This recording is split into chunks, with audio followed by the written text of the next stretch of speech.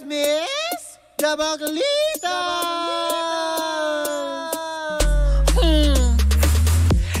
Same, pero iba! Kayo patuloy pa rin pong nakatutok at nakikinig sa number 106.7 Energy FM. Panggawag mong sabihin radyo, sabihin mo.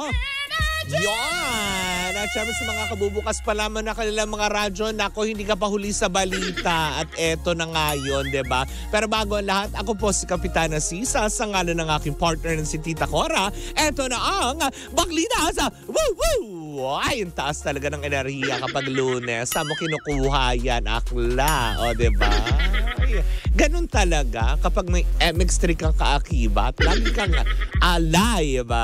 Ganon, o, diba? Pero eto na nga, mukhang hindi ma-alive ito dahil mukhang nagpupuyos. Hindi naman totally nagpupuyos, pero kilala naman natin talaga si Tita Annabel Rama. Dahil kamakailan lamang ay, bagamat wala pang nagkukumpirma, diba, sa hiwalayang Richard Gutierrez at Sara Labati, pero mukhang hindi na napigilan ni Tita Annabel na sabihin sa isang short interview na ang kanyang hindi naman uniko iho dahil marami siyang anak, o diba? Dahil ang kanyang anak na si Richard Gutierrez ay bumalik na sa kanyang poder pansamantala. Oy.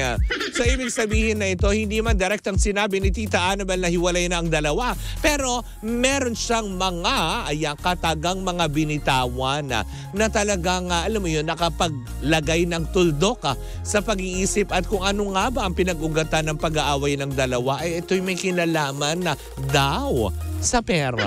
Ay, nakakaloka yun. Dahil sa statement mismo ni Tita Annabel na nang sabihin niya nga na ang kanyang anak nga daw ay kayod ng kayod, tapos yung isa waldas ng waldas. Ay, nakakaloka yun, di ba? Sinong kukontra sa isang Annabel Rama? O, di ba? Nakadong, baka bigla tayong bato-batuhin ng mga diamante niya, no? Diba? Pero hindi, diba? Parang nakakapagtaka naman na tipong for the first time, napakakalmado ni Tita Annabel para sabihin yon. Pero happy naman siya na kahit papaano umuwi na nga sa kanilang tahanan. Hindi ko alam dito nga ba. Alam ko dyan nakatira sa White Plains si Tita Annabel kung dyan nga ba bumalik si Richard Gutierrez kasama ng kanyang mga anak. Pero diba, kung matatandaan natin, merong in-upload si Rufa Gutierrez na isang TikTok video na kung saan nga naman nag-ayos ng alahas si Tita Annabel. Tapos tinanong nga niya na parang kanino yan, para saan. Parang naalala ko nung sinabi ni Tita Annabel na ipadadala nga niya kay Sara Labati. Parang nga mamili siya kung ano yung mga gusto niya. Diba? Napaka-caring na, napakabait na na biyana na.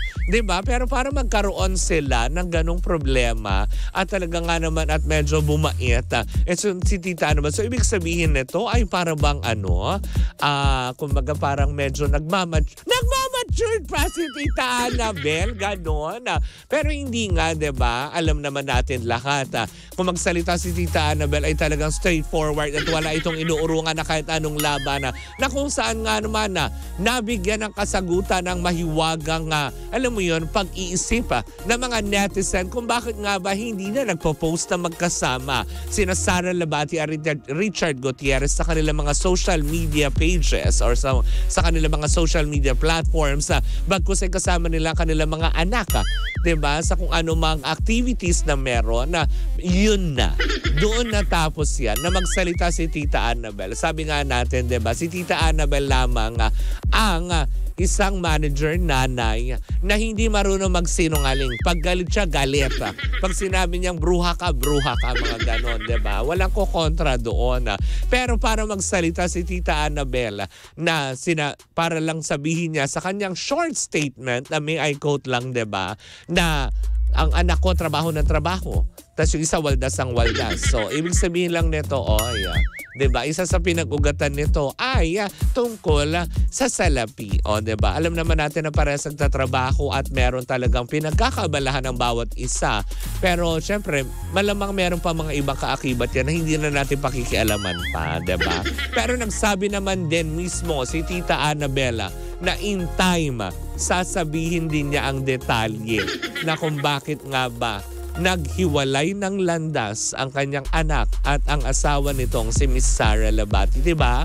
Sabi nga niya sa kanyang last statement, malalaman nyo in time. Diba? So, yun lang. So sa ngayon, makontento na muna tayo dyan mga dongday. Diba? Mahirap naman tayo matampal ng diamante. Diba? Tampal-tampal tayo ng mga malalaking diamante ni Tita Annabelle.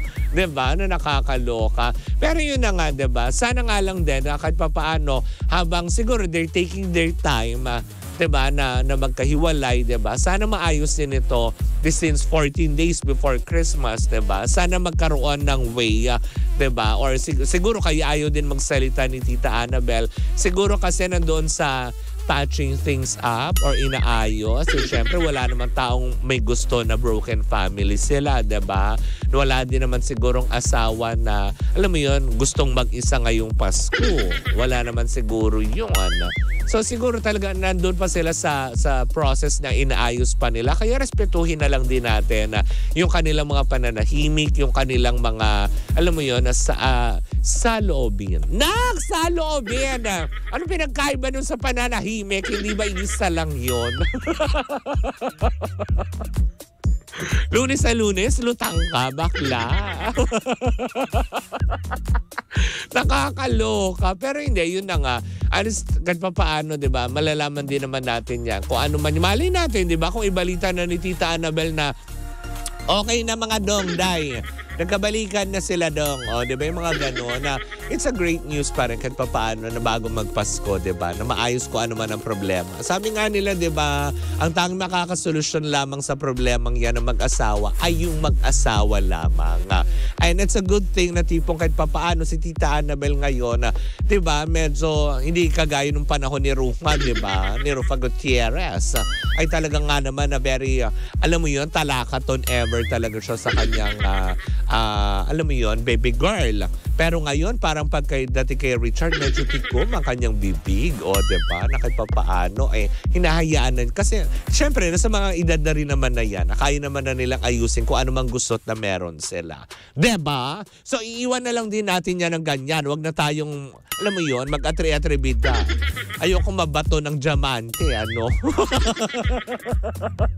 Merry Christmas, Tita Annabelle. Anyway, saan po muna natatapos ang ating chika for today's video? Dahil ang mga akla ay may ganap mamayang gabi. Nandyan po kami sa may Sheraton Manila Bay Hotel kung saan nga naman tayo ay tatanggap muli ng parangal. Oy, diba? Sa isang award-giving bodies. Kung sino man at sino-sino makakasama ko, ay malalaman nyo yan mamaya. Pero syempre gusto ko magpasalamat sa ating mga pangga. Kung hindi dahil naman din sa inyo, wala kami mga ganitong awards na tatanggapin. Hindi ba? Kaya maraming salamat. Ang mga awards namin tinatanggap dito sa Energy FM ay pamaskong handog namin sa lahat ng aming mga pangga na patuloy na sumusuporta at hindi bumibitaw sa amin. Kaya maraming salamat po. Well, in the meantime, ako pumalit sa Kapitana Sisa at sa ngalan ng aking partner si Tita Cora. Eto pa rin ang Paglita sa Woo! At tuloy-tuloy pa rin po ang ating tugtugan. Siyempre, dito po lamang yan sa number 106.7 Energy FM. Pangga, wag mong sabihin radyo, sabihin mo